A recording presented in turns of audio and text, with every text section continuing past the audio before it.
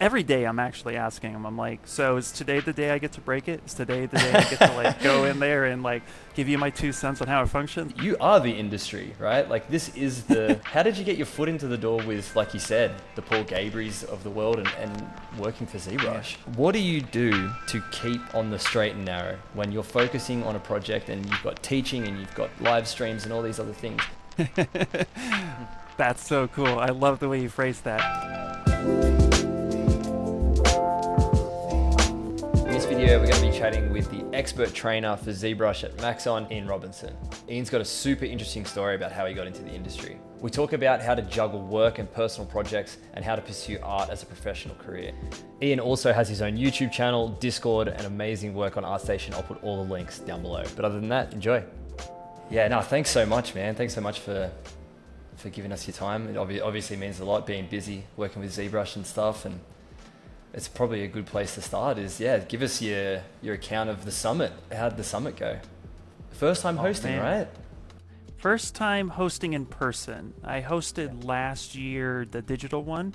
And I actually did a lot of hosts, like I host Sideshow, the special event that we did there, and then the Scan Truck guys, as well as like their whole setup. So yeah, but it was different because, yeah, it's like the first time in person, and I was a little nervous because that's the first time you get to see faces in the crowd, where last year it was still like the whole computer setup. You see the numbers, you're like, okay, yeah, 800, 1,000 people, you're like, yeah, that's fine, that's normal. But when you see like the crowd fill and everybody's like looking at you, I'm like, oh yeah, that is different.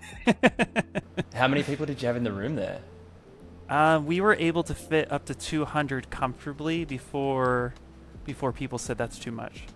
Yeah. And I would say, like, for the majority of what we were going for, I would say most of it was booked like 80% of the time. Yeah, so, the camera kept cutting to the crowd, and it was like so dark, and I'm trying to like look for, the Zbrush celebrities that, yeah. Awesome, man. I've got a couple of takeaways from the summit I was very excited to talk to you about. I'll start with what your biggest takeaways are from the reveals. Well, okay. I was excited for quite a lot of the presentations and stuff like that. Especially like Capcom was one I was really looking forward to. Gentle Giants was another one I was really looking forward to. Yeah. So I was really stoked for those particular. But then as far as like the reveals, for weeks, like a lot of us for weeks, were like ready to announce that we were going to do something with the iPad. And it's like when you're in development, everybody is asking you, hey, can you do this? Hey, can you do that? Can you throw this feature in? And it's interesting because I'm an artist first, so I take a look at how I think the majority of users might approach Zbrush, because that's my background. I came in with the artistry first, so that's always how I'm looking at Zbrush. And so my biggest takeaway was like, I know so many people are like, can you do this on the iPad? Can you just bring it to the iPad? Just do that for me, we'll be happy. And so I was like, okay.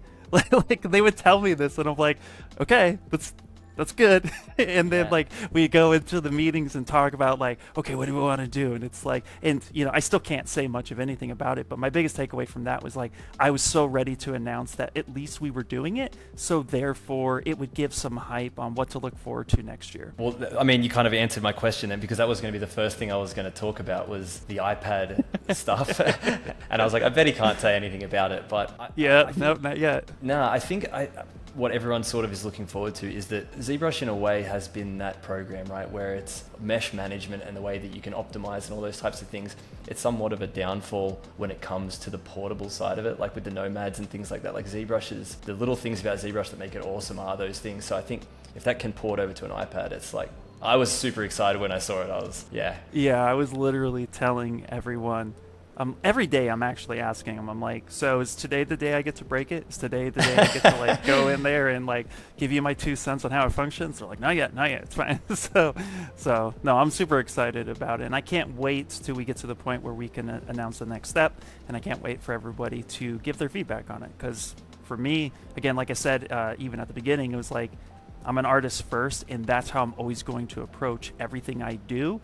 And it doesn't matter what I'm working on today or in 15 years. Every time, if I have the ability, and I feel so thankful to even be on a team that even listens and wants to talk about like, Ian, what do you think? That's so new for me. And I'm just so honored to be in that position. So even just being able to be in the room and talk to Paul Gabriel and Louis Tucci and the developers and just be like, okay, this is what I think. Can we try that?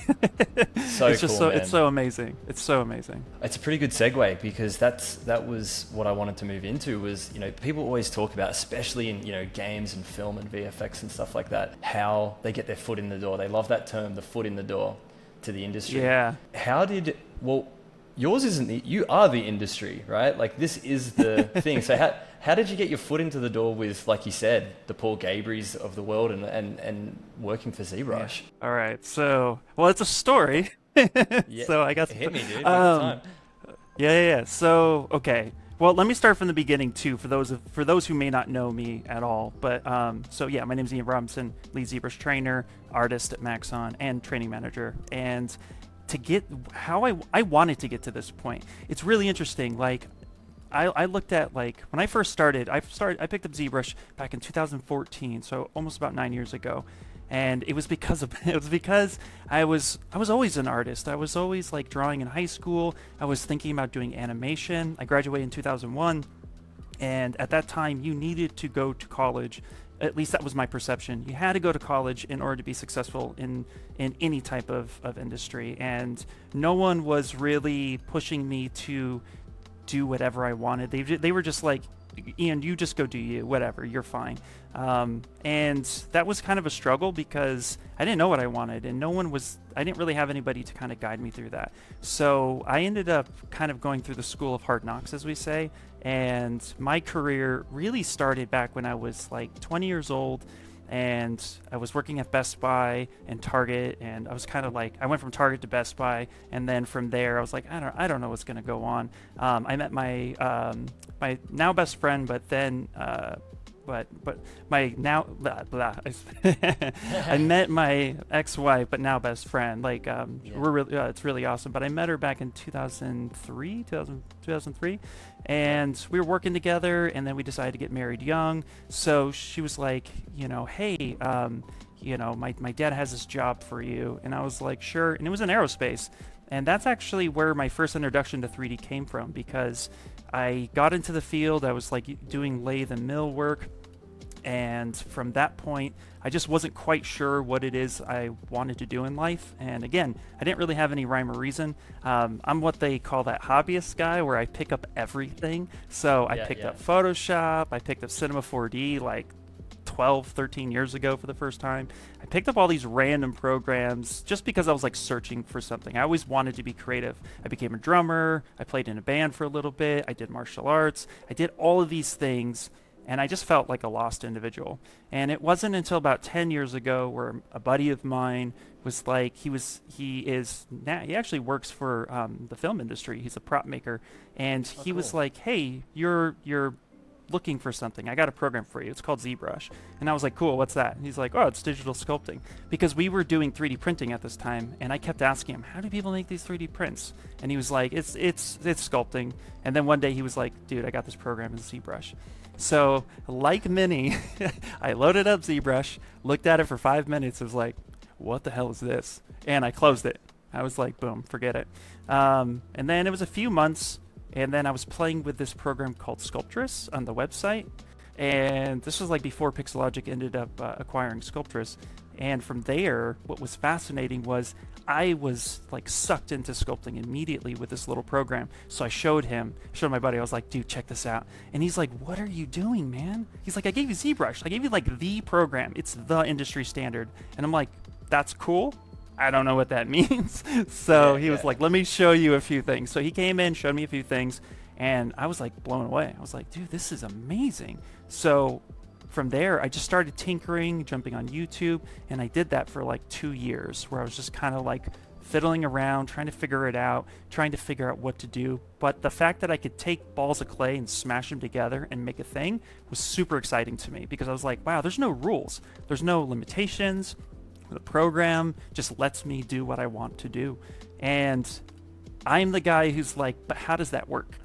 I want to know how that works. Like I don't Yeah. understand it. So I ended up being fortunate, and where I worked at the time, I was also in the film industry at this time. I was doing graphic design and photo manipulation, where basically I did a lot of beauty retouching, and so from there I was able to take a class with David Igo, and I got in, and I was the jerk student. I walked in and with like, I already kind of know ZBrush. I've been playing on YouTube for 2 years, blah, blah, blah. So I took his beginner course, and he was super sweet. He comes in and he starts showing some stuff, and I was just messing around in ZBrush, and he's like, oh, you know ZBrush? Why are you in this class? And I was like, oh, I'm just like, I really don't know anything. I'm just sitting here like playing around because I kind of already did the basics. I've been playing with it for a few years. And he was like, okay, take a seat. Let me show you some stuff. So he showed the class how to go through it. And his approach was vastly different. Now, because I had aerospace background, the fact that David at that time was working at Sideshow, he was like, you know, I work with toys, I do articulation, I do key cutting. And I was like, what is that? I don't know. So he started showing me some of that stuff. And I was like, dude, I got to take his advanced class. So then I took his advanced class. And unfortunately, he had to step out. So his TA ended up becoming the main student. And really awesome dude. And he like kind of went through. And we just basically made a project file. And from there, I was just like hook, line, sinker. I was sculpting Dragon Ball characters. I look back now; they're really terrible. If I can find them, I'll send it to you. But they were like really terrible, and I was like, "Ugh, this is atrocious." And so after this, I was like, "Okay, I need to understand what ZBrush actually. How does ZBrush fit?" Because David said he works in toys, and I know video games are a thing. I know film's a thing. I've heard people use this in the industry for prop making. So I was like, just trying to figure it out. And I bumped around for quite a few years, completely lost, no idea what I'm doing, just kind of asking random questions.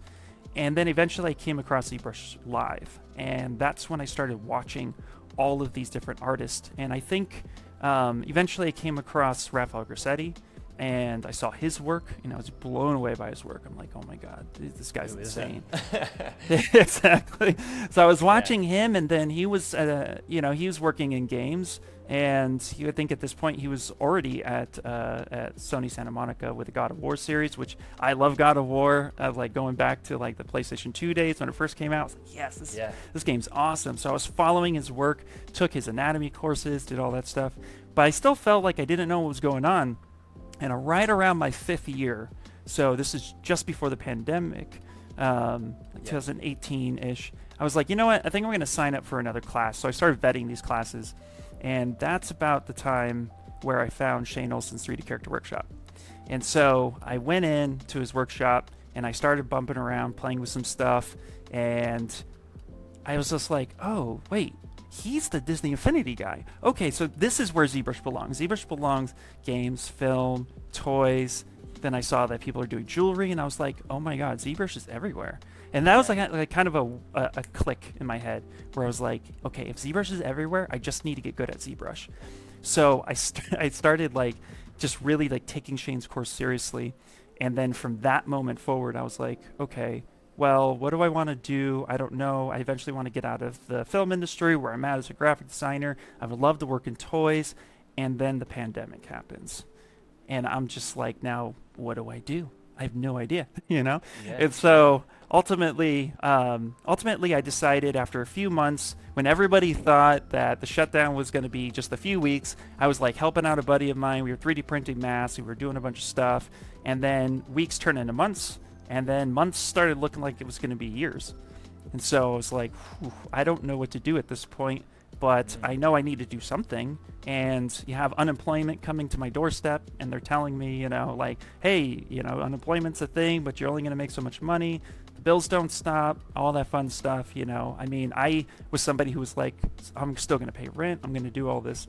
So I was like, okay, well, do something, figure it out. Like, this was a moment where I remember I looked at my ex-wife, now best friend, and I looked at her and I was like, okay, we have kids together, and we really need to like figure out like what we're doing. She was fine because she actually works at UCLA, and I was like, I need to get my career set. I haven't done it. In my 30s, and I got nothing to show for it, and this pandemic is just shutting the world down. I was like, so let me like focus in and just figure this out. And she was like, yeah, you can go for it. So I had the support of my girlfriend too. She was like, yeah, just hone in and do what you got to do. And I was That's like, awesome, you know what, man.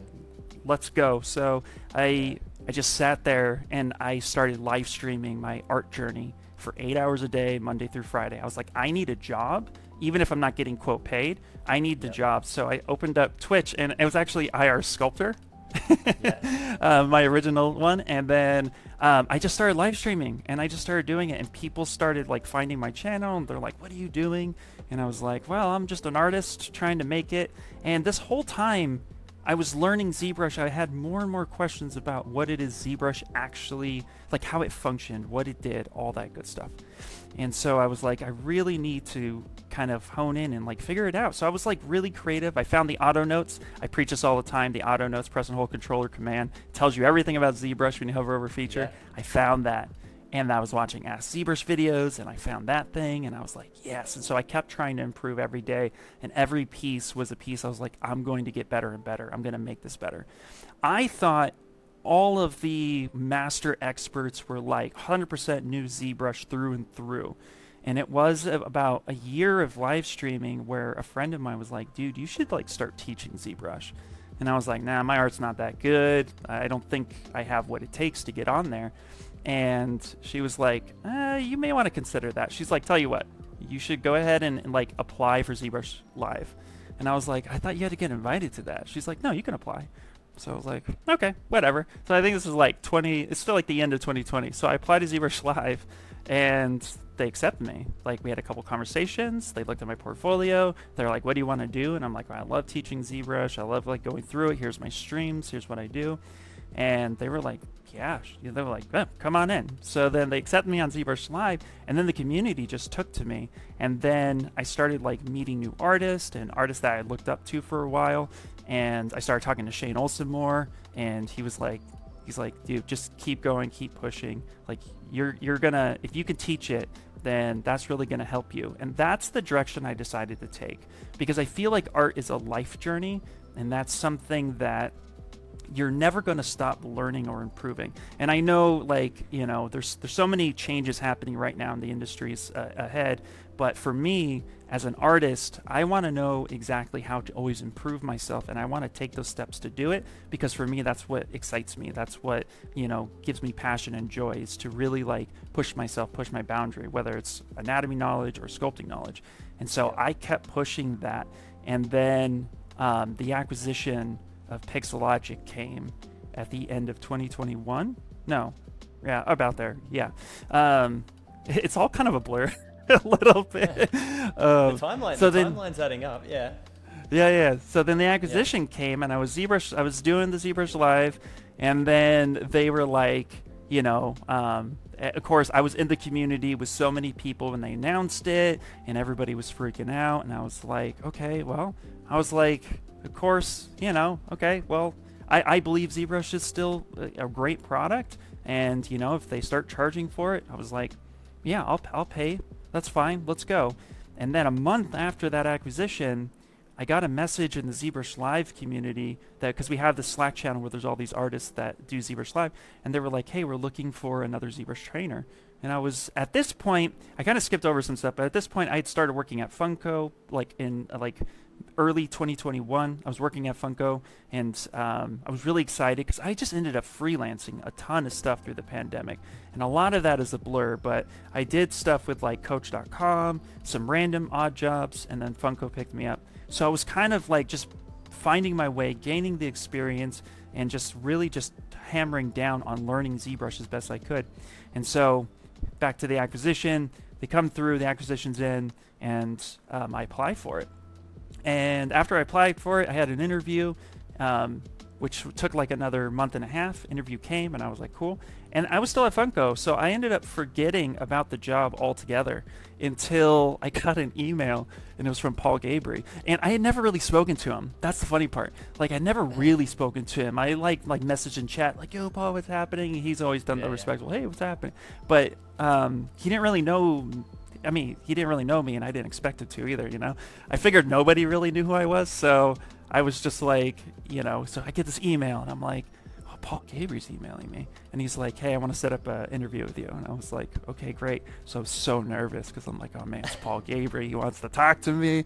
And so I get into the interview, and he was just like, and what I was really thinking was like, okay, don't mess this up, just talk about what you love, you know, that's something that you can always lean on, just be honest.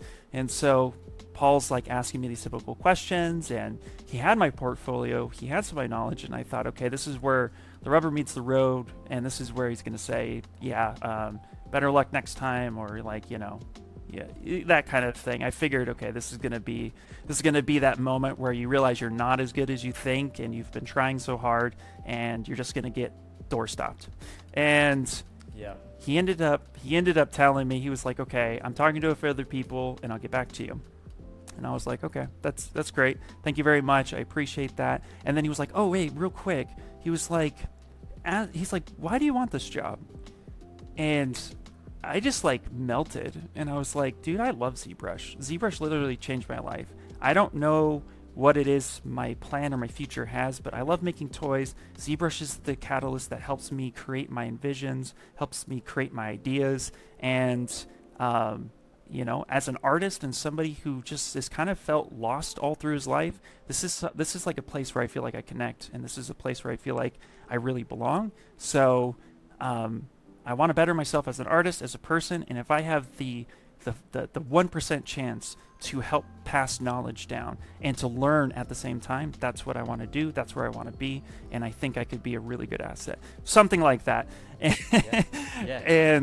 And he was like, okay. And I hung up, and my girlfriend called me, and she was like, how did it go? And I'm like, I blew it. And she's like, what? I'm like, I was pouring out tears to him. I was like, he didn't want to hear that. Like, come on, you know. And then, you know, some weeks went by, and I thought, yeah, okay. Well, at least I'm working at Funko. Funko's an amazing job. I was there. Everybody really took to me well. They loved me, and we were able to do amazing artworks. I actually have a fun pop here. Yeah, I can see it. You can see it. Yeah. Yeah, this is one that I made, which is really cool. Oh, I was sick, there. man. So, yeah, it was super awesome. This one was actually a napkin sketch. We can get to that in a minute.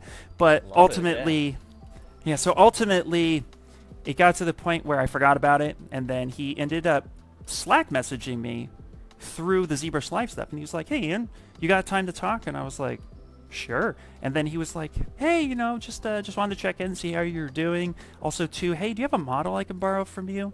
And I'm like, sure. Yeah, here you go. Here's this, here's that. He was like, okay. And then he'd stop, and then he hit me up again like a couple days later. And I'm like, why is he hitting me up? And then eventually I got the offer, and I was like, oh. I was like, oh my God. I was freaking out. And immediately he's like, yeah, he's like, this is the job. What do you think? Do you want? I was like, yes. He's like, I'm like, he's like, I didn't even tell you how much you're getting paid. I'm like, I don't care. Yes. This is where I want to be. This is what I want to do. And he was like, all right. So that's kind of how I got into it. I mean, you know, the typical like hard work and stuff like that. Sure. But I mean, I was just putting myself out there constantly. I was the please look at me artist. I will do anything. And I also asked a lot of advice on the way from so many different people. I was not afraid to DM somebody and say, hey, my name is Ian Robinson.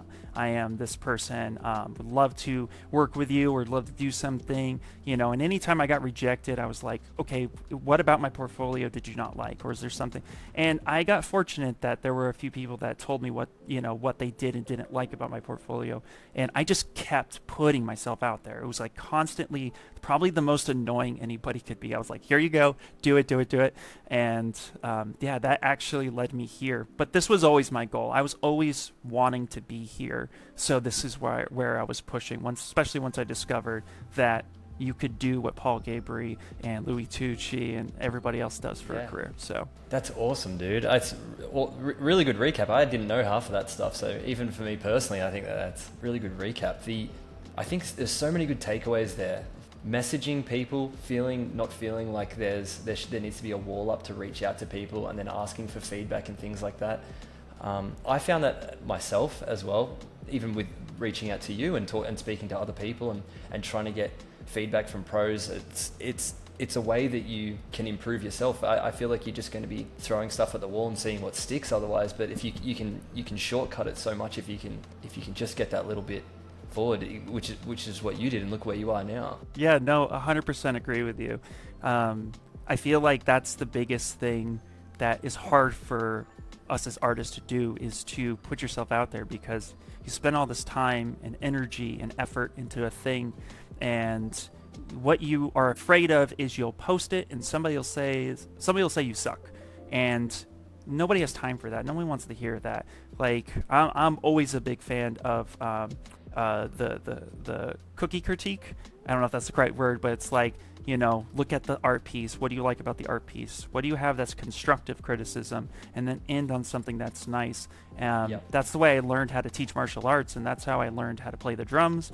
And that's something that I wanted to give back as an artist to another artist. If they're like, hey, what do you think? It's like, okay, well, let's take a look at it. Because I feel like art is subjective. You know, people do a thing because they like it. And when you're looking at somebody's artwork, you're looking at a piece of them. And that is something that I think so many people just either don't understand or they take that for granted. And so when somebody's like really feeling that this is a piece of them and they want to put that out there, what they're really saying is, this is me. So accept it, you know, play with it a little bit, like, but be gentle. But also it's vulnerable, you know? And for me, I just kind of hit the fuck it's. I was like, okay, here we go. Like, I don't care anymore. I just want to get to a point where I feel like I'm at a place that I can always improve, always try to push myself and never stop doing that. And so, yeah, I 100% agree with you. Absolutely. Constructive criticism is obviously a part of our industry. The way that you sort of painted that picture is that there's a way to say it. There's a way to, you know, you can put it as that cookie thing. It is a piece of you. People don't, because a lot of the time when you're showing someone, they haven't put the blood, sweat and tears that you've put into something, and you're thinking, this is amazing, even if it's not great. So it is a little bit hard sometimes to move forward with, you know, other people's feedbacks when they're not, as you put it, gentle with it. But that's a huge part of moving forward, especially in this, when there's little finicky things like anatomy and concept design and so many elements that go into ZBrush which make it great. It's also so many elements that you can critique as well. Yeah, that's awesome, man. It's cool to see your the COVID was a turning point for you as well. COVID was a massive turning point for myself with ZBrush. I'd put it off for so many years, where I said, you know what, because I've been a 3D artist for forever, but ZBrush and character art and everything was always a passion of mine that was a little bit too hard basket. So COVID was like I'm putting everything down and I'm just gonna I'm gonna put the pen to it and get back to ZBrush. I'm so happy I did, man. Obviously I'm here speaking to you because of it, because I love the software as well, and obviously as much as you do. Yeah, and that's awesome, man. I'm glad you did that. That's really amazing. You know, I applaud anyone who took the time to look inwards and better themselves, because that's not easy. You know, as humans, that's not easy to do already, and then to do that with your career, it's amazing to see anyone who can do that. So, dude, congrats, man. Yeah, the community, the ZBrush community specifically, is very unique. Like, the people that I've met, yourself, you know, reaching out to other people in the industry, it's so welcoming, and it's so, like you said before, the gentle is a good way to put it, because I think that we are in such a volatile industry with this type of thing, and it's so easy to run away with feedback and things like that and putting other people down. It's a real breath of fresh air, to be honest, after being in other industries and workplaces and stuff. So you move to ZBrush as the trainer, you get the job there. Is there a part of you that always wanted to be a teacher? Because I know that teachers, that it's a goal from them from the get-go. In our industry, artistry and wanting to do the art itself, was the teaching element of you always something that you wanted to be doing? Or is there still a part of you that thinks, hey, one day, you know, I do want to work on a game, or I do want to work on a series or film, or create my own IP or something like that? Oh, man. That's a great question. Okay, so the answer is I do want to work on a game and film more and more. Teaching was the way I learned. So I'm not the typical guy who, like, you know, could read a book, study it, and then take a test. In fact, tests actually freak me out. So I had to learn how to learn, if that makes any sense. And when I was learning martial arts as a young kid, my Kwanjin was like, okay, this is, in order to get better at something, you need to basically study over and over again the basics and the foundations. And then you need to go tell somebody else who wants to learn that same thing how to do the foundation. And you need to pass that knowledge. And I was like really blown away by that because it didn't make any sense to me. But I was like, okay, I'll try it. So I found that every time I taught another white belt how to do a front kick, how to do a side kick, how to punch properly, I could see their mistakes, and then it made me want to help correct it. And in doing so, when I would do the front kicks or the side kicks or the roundhouses or punches, I was like, oh, I'm actually making the same mistake. I should probably fix that. And so I was like, that correlation really, really mattered. So I selfishly took on teaching to teach me. So all of my friends know that if I come to you and I'm like, so I'm going to show you this thing. Really? Really? I'm just learning it. And I'm passing that knowledge. And so some of them are really cool. But my ex is awesome. I could call her up at any point in time and be like, okay, so I'm going to tell you this thing. And she's like, go ahead. I know what you're learning. It's really cool. But it wasn't until, not a lot of people know it, but I'm pretty open about it. I actually took therapy in just about a year before the pandemic because I was at a point in my life where I was lost, confused, had no idea what I wanted to do. Everything was crumbling around me. And I was like, okay, I don't know what to do. And from there, I was like, you know what? I was talking to some friends and they were like, dude, go talk to somebody. Like, nobody can help you if you're not willing to talk about it. So I went and I was like, I scheduled a therapy session, and I walked in, and the therapist looks me up and down, and he's like confused why I'm there. And long story short, I end up just pouring out everything to him. I'm like, okay, I don't believe in therapy, but here you go. Here's my life story. I'm going to tell you everything from the time I was a baby all the way up to now, and then you tell me what's wrong with me. And he let me talk for like an hour, and then afterwards he was just like, you know what? He's like, I'm confused why you're here. And ultimately he was like, here's the thing. He's like, I think you are somebody who people naturally want to listen to. He's like, I think you're somebody who could be a leader, but you don't believe that.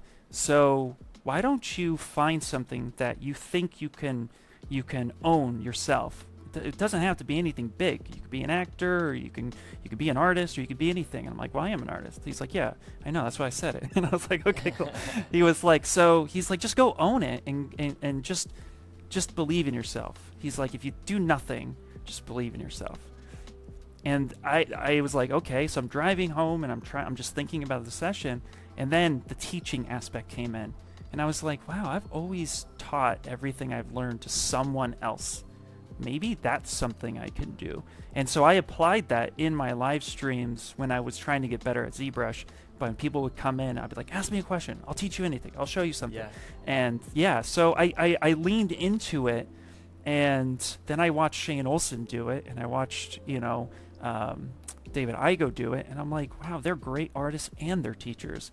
That's probably something I can lean into. So I did make the active decision in the early parts of the pandemic to start leaning into that skill set, because I learned that is something that comes easy to me, whether I like it or not. It's just something that comes easy. And I was like, well, if that's a skill, then I should probably develop it. And to my benefit, it helped me get here. That's awesome.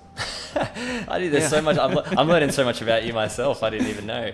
Juggling those things obviously would be hard as well. Like I've dabbled myself in my YouTube channel. I find myself learning things as well.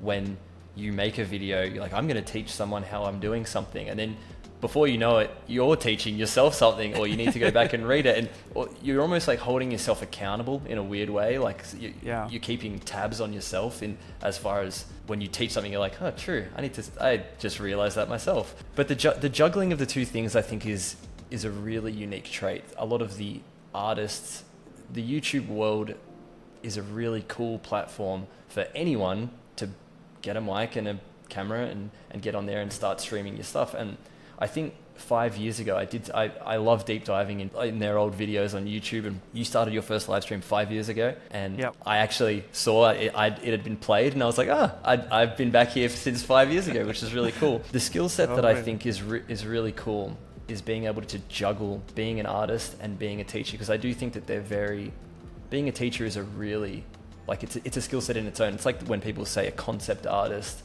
And a 3D artist, Yeah. it's like people discount the concept artist. It's like that is just as much, if as a skill set as doing the 3D. You got a bad concept, you're going to have a bad sculpt. But Absolutely. one of my favorite phrases is paralysis by analysis, which I suffer from all the time, especially especially in the world of 3D. So what do you do to keep on the straight and narrow when you're focusing on a project and you've got teaching and you've got projects and live streams and all these other things? What are you doing to stay straight? That's so cool. I love the way you phrased that. Okay. I actually was talking to a buddy of mine about this very recently, and what I do is if I find myself getting stuck, or if I find myself becoming kind of paralyzed by a project, or I'm juggling too many things, I immediately dive into learning something new. I'm like, anything, it doesn't matter what it is, because I feel like when I learn something, I take a step back and I pretend I know nothing. And by doing that, I purposely try to dump my brain and just empty it and approach a new thing with an open mind.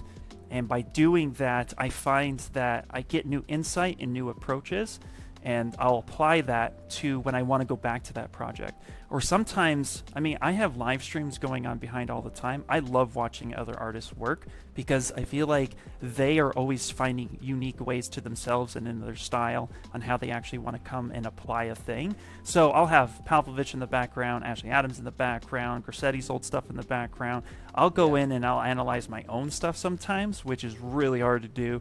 That's like looking at the mirror for a long time and being like... it's really hard. I'll sometimes just skim through it typically, but then I'll go and I'll learn a new thing. I'll go and I'll purposely like, what can I learn today? Maybe I'll jump into Substance Painter a little bit more and try to learn a new technique. I'll take a step back, and I find that when I do, I come back with fresh eyes, and that helps me assess where I got stuck and how I want to move forward. But there are many, many files, some are buried on this hard drive over here, where it's just dead projects, where I just like gave up. I was like, that's it, I'm done. I don't know what else I could do with this, and that's okay. Like, sometimes it's just best to move on and start something new, start something fresh.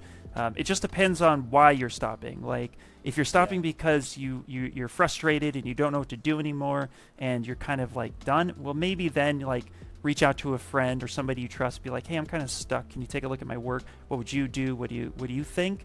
And sometimes that gives new insight. But if you're just like literally you've hit your limit, and it might be hard to find it. I know it's still hard for me to find where that is, because sometimes I'll be looking at something, I'm like, why does this look terrible? And then I'm like, oh, yeah, well, it's because you've literally just hit your limit. You've hit your capability as an artist, and now you need to break through that. And those moments I find are ones where you kind of got to dig deep and push through. It's hard to assess that, so I usually will take a step back, give it a day or two, come back with fresh eyes. If I got something new and I'm like, yep, I can dive in, great. If not, then I typically will just kind of move on and try something. I have like 5 active projects. 3 of them are work, 1 of them's personal, and the other one's freelance. And it's like, okay, well, it'll get done. Yeah. No, that's good to know, man, because I used to sometimes think that it was not a good thing to have multiple projects going at a time. And yeah. I thought if something is slowing me down for a reason, or I want to jump to something else, I'm like, I just need a fresh up set of eyes on something, or something else has sparked me. That's the sporadic nature of 3D, right? You can just jump into whatever. No, it's awesome to hear that is something that you can almost see the positive side in jumping between different things to kind of break up the monotony of getting into it, instead of having to force your way through it. Actually use that productivity in different ways. Yeah, I would add too that every artist I know gets stuck. I don't know a single artist, and maybe I'm being bold, so I apologize. No, I'm clicking this far right here. I feel that every artist gets stuck. I think what separates high professional artists from people who are just getting started is the professional has been there over and over again. They have experience behind this part of driving where they're like, okay, I've been here before, and they've just learned how they best get through it. And that's something that I encourage everyone to do. If you are getting stuck, maybe self-assess what you're stuck on, why you got stuck, and then recognize, is that a pattern in yourself? And if it is, then that's how you can, that's your customization of learning how to get through it, is by assessing and learning why you're being stuck. Everybody's different. Some people get stuck on I got stuck on muscle detail, and I had no idea how to like make it look natural and clean, and I struggled for like 2 years with that. And I was like watching Mike Thompson, and I'm like, oh my god, he's a god, what's going on? Why is this happening? And then eventually my knowledge in the program and my knowledge in sculpting eventually then saw one day what he did, and I was able to apply it. And sometimes it's just that, it's just experience, it's just time behind the wheel, and it's just you recognizing what it is that's happening and then learning how to push through it. And everyone is unique. There's not a single person that learns the same way as another. We're all doing stuff that's slightly different and varied. So, be kind to yourself, be gentle to yourself. And yes, I'm talking to myself, be kind. Like I tell him, be kind, Ian, it's okay, dude, it's gonna be fine. Yeah.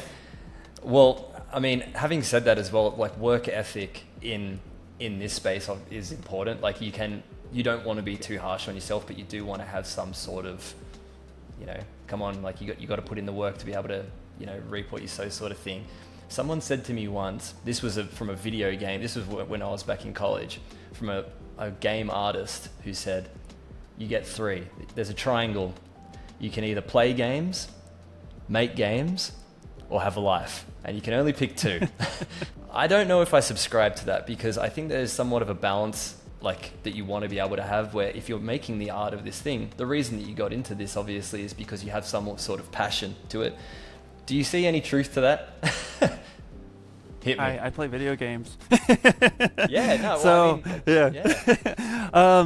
And no, I don't really subscribe to that. I think life is balance.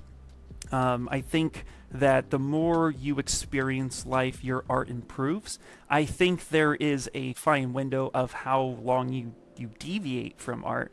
If art is your career, art's your passion, and then you're in it for like a year and a half straight, you burn yourself out, and then you go off for 2 years and play video games. When you come back, you're not the same artist. You've lost skills, you've lost your eye a little bit, and you got to retain that. So if you're doing that, if you're doing something and then you're dropping off really hard and then coming back, it's going to be a struggle. And then picking one or the other is usually, I would say, where a lot of people fall on the sword. For me, it's like, I still play the drums, I play video games, I hang out with my friends, I hang out with my kids, I take time for myself, and then I put my art out there.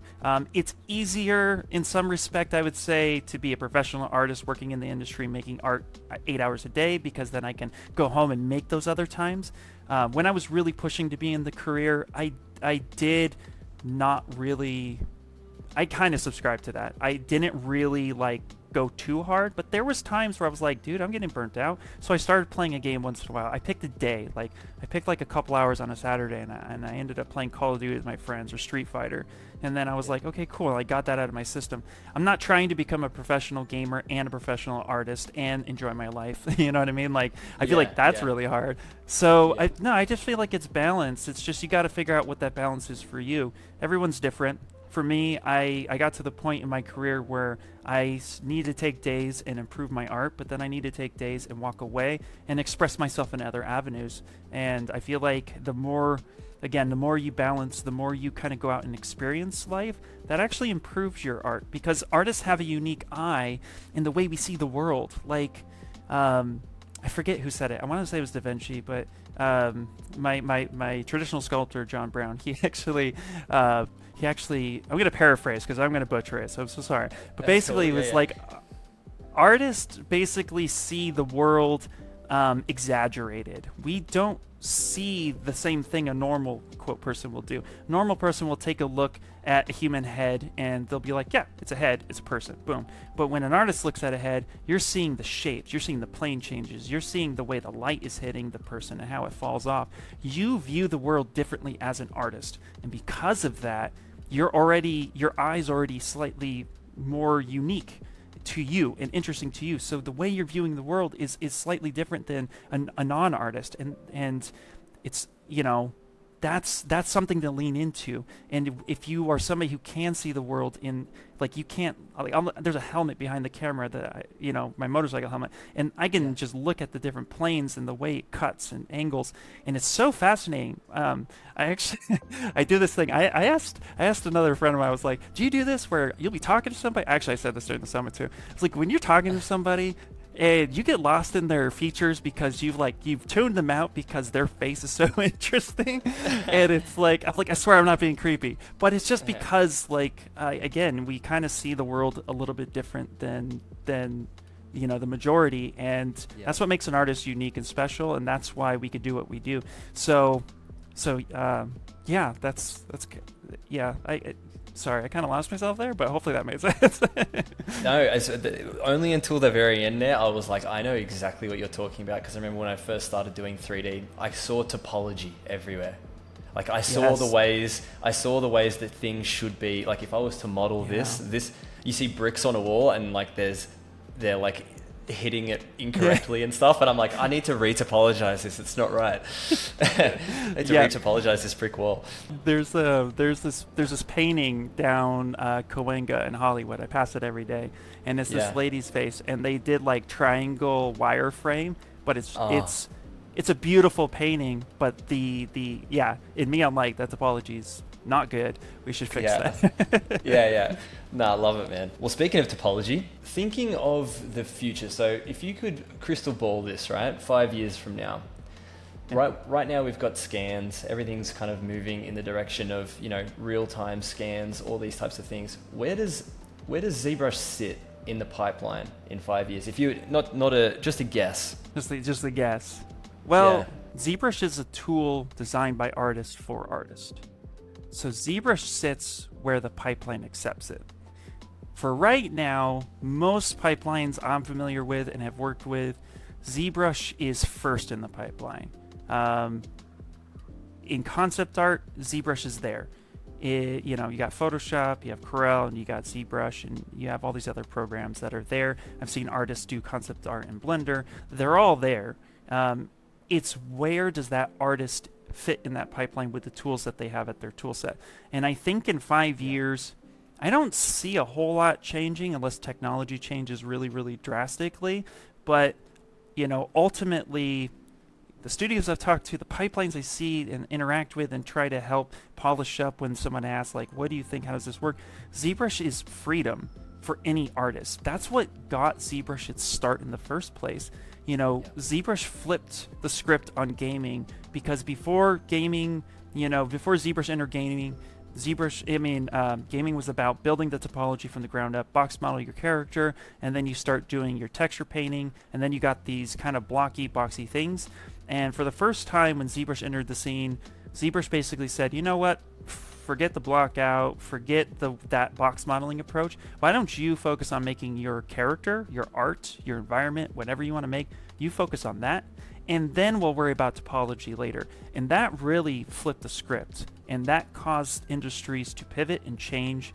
And then when you got films like Lord of the Rings or Warm Bodies, were some of the first early adopters in the film pipeline to bring ZBrush on, and multi-resolution became really possible, it really transformed and changed. And that's the unique thing about ZBrush in total, is that it really flips the script on anyone who comes in and just wants to make, because it truly is limitless. Whatever you want to make, you can do it. I've seen artists with 5% knowledge of ZBrush make the most beautiful piece of sculpture I've ever seen, and then that got into a video game, and I'm like, oh my gosh, that's amazing. I think if that person knew just 5% more, they would be gods. But it's like, so in 5 years' time, I don't see a whole lot changing personally. It's whether or not the industry wants to keep doing that. And I think that's not a question necessarily that one program is going to solve, but I think those who are in the industry, if they if they still believe that, then it's going to remain that constant. And something I would love to see is eventually ZBrush just keeps pushing the bar, keeps innovating. You know, some of the features in ZBrush have just been groundbreaking from day one. And there are some features in 2023 that I'm like, these are groundbreaking. I can't wait to see people take these tools, like Proxy Pose, for example. That's one that when we showed it, I'm like, man, when people see this, it's going to be amazing. And one of the artists from Anatomy Sculptors saw me at NAB of this year after we announced it, and he was like, dude, this feature alone has changed my whole workflow. And I'm like, oh, good, awesome. Yeah. So I think, you know, that's what ZBrush has always tried to do, is push the bar. It's always tried to come in and say, we're going to take a non-traditional approach, but as an artist, you're going to love it and you're going to respect it. And that's something that I've always really subscribed to when I realized the power of what ZBrush was, and I always would like to see ZBrush push the bar. So, you know, it's kind of a long-winded answer of basically saying I hope ZBrush will continue to do that. That's, if I have anything, if I can throw in my 2 cents to make sure that happens, great. But yeah, you know, I think it's going to fall on industries making that decision, and, you know, artists backing it 100%. That being said, ZBrush is in 13 plus industries, and, you know, if you know ZBrush and you're like struggling to get into films or games, or you're like, I don't know if I want to be an environment artist, well, ZBrush does jewelry, ZBrush does rapid prototyping, architecture, illustration, it like toys, it does so many things. So if you're already somebody who's invested time in learning ZBrush, this is what I love about ZBrush, is that you can pivot. You could be like, you know what, forget it, I got rejected by 15, 20, 50 game studios, but this jewelry shop down the store buys my rings for $1,500. I'm gonna do that for a while. And I've made a few pieces of jewelry myself in the freelance game. So absolutely, you can pivot. And, you know, I think if one industry doesn't want to adopt or remain adopting, then you can transition, and just always kind of keep that in the back of your mind, especially if you've invested so much time and effort into learning ZBrush, because it allows you to do that. Yeah. Well, I think that's kind of the thing that, you know, we love about ZBrush, right? Is the adaptability and the way that it's always pushing the boundaries. I remember you referred to the crease PG as the crease Paul Gabry. I'm looking for the the IR, when there's going to be an IR in there, and like, oh, that's the Ian Robinson. That's the Ian Robinson innovation there. I'm gonna try to sneak that in. I always try to, like, you know, it's funny. Well, like the crease, the unwrap UV by creases. That was a passion project of mine. I was like, oh, if we could just do that, then it could really help an artist like unwrap so fast. They would not call it IR crease, but that's okay. We'll see what we can do about that, man. Yeah. Let's vote it in. Man. So are there any big projects you got coming up in the future? Any plugs, anything that's not under NDA that you want to?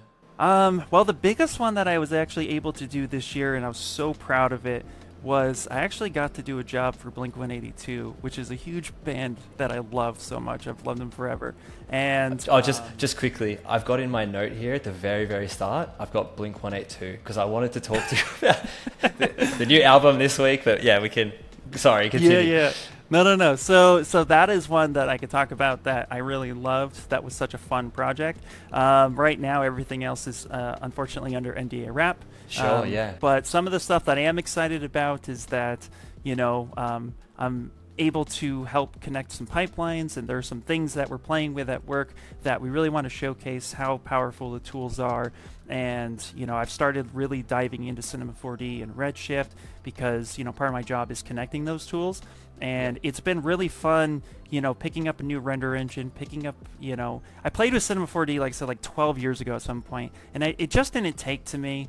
But this time I find it super intuitive, and it's really quickly to learn. And I've played with Maya, I've used Maya for work, I've used Blender for work, I've played with these other tools. I find the Cinema 4D is just way more intuitive. I can accidentally make something happen. So that's some of the stuff that I'm always playing with in the background to hopefully help, you know, open up some more, just more creative processes to make, you know, just to open up those avenues and let people come in and see the possibilities of that you can create, and that's just something that I've been doing for fun on the side, and it's been really cool. I'm always excited to show some of my colleagues, like, oh dude, check this out, I learned this new thing, and it's just a cube going back and forth. They're like, ooh, animation. I'm like, yeah, now I'm gonna go make a character breathe. So those are fun. We kind of touched on earlier before, the community that we're in, and I probably wouldn't be sitting here if we didn't have the same passion for the program and for the community that we're in. But yeah, massive thanks, man, for blocking out this time. I've obviously been a big follower of you for ages, and you've been a big supporter of mine, from the sidelines, which has been awesome. So yeah, thanks so much. I'd say give us your plugs, but they're right behind you. They're everywhere. Actually, like I said, this is an older one. It's just IR_sculpts. Yeah, that's where you could find me. You could find me on everywhere. X, aka Twitter, Instagram. I'm still on ArtStation, and then everywhere else. My Discords as well. I can drop links for that as well. Usually my Discord's really cool because it's really community driven. It's really just, I did build my Discord during the time of lockdown, and it was really fun just because, like, I was live streaming, and then when I went to end, people were like, no, we still want to hang out with you. So I would just pop into a Discord, and little did I know that everybody would just come in there and they would love to just hang out and chat and share. And there are nights where we'll just be in there, just a bunch of people, we'll just be learning and growing. So if you want to hang out in a fun Discord and just sit there and chill from time to time, then definitely join that as well. I've been a fly on the wall in there before. It is fun to have it on in the background while you're working. I'll throw all the links and stuff down there for everyone to grab as well. But yeah, thanks a lot, man. Thanks again for this. It was really fun. I learned a lot from you that I thought I already knew everything, but there you go. Oh no, thanks for having me. This has been a blast, though. No, seriously, it's a joy at any time. Thank you for having me. Yeah, no worries. Cheers, dude. Cheers.